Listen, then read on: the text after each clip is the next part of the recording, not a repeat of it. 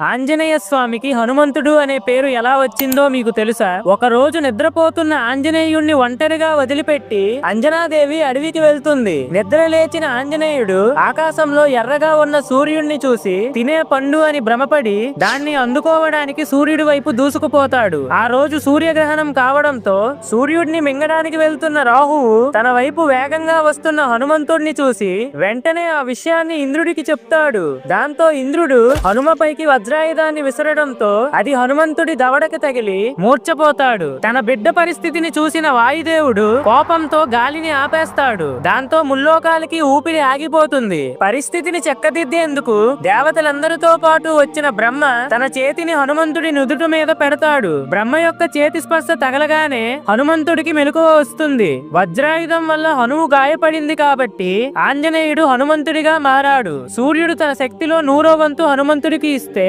బ్రహ్మ చిరాయువుని ఇచ్చి బ్రహ్మాస్త్రం కూడా హనుమను ఏం చేయలేదు అని వరం ఇస్తాడు. ఫ్రెండ్స్, జై శ్రీరామ్ అని కామెంట్ చేయండి.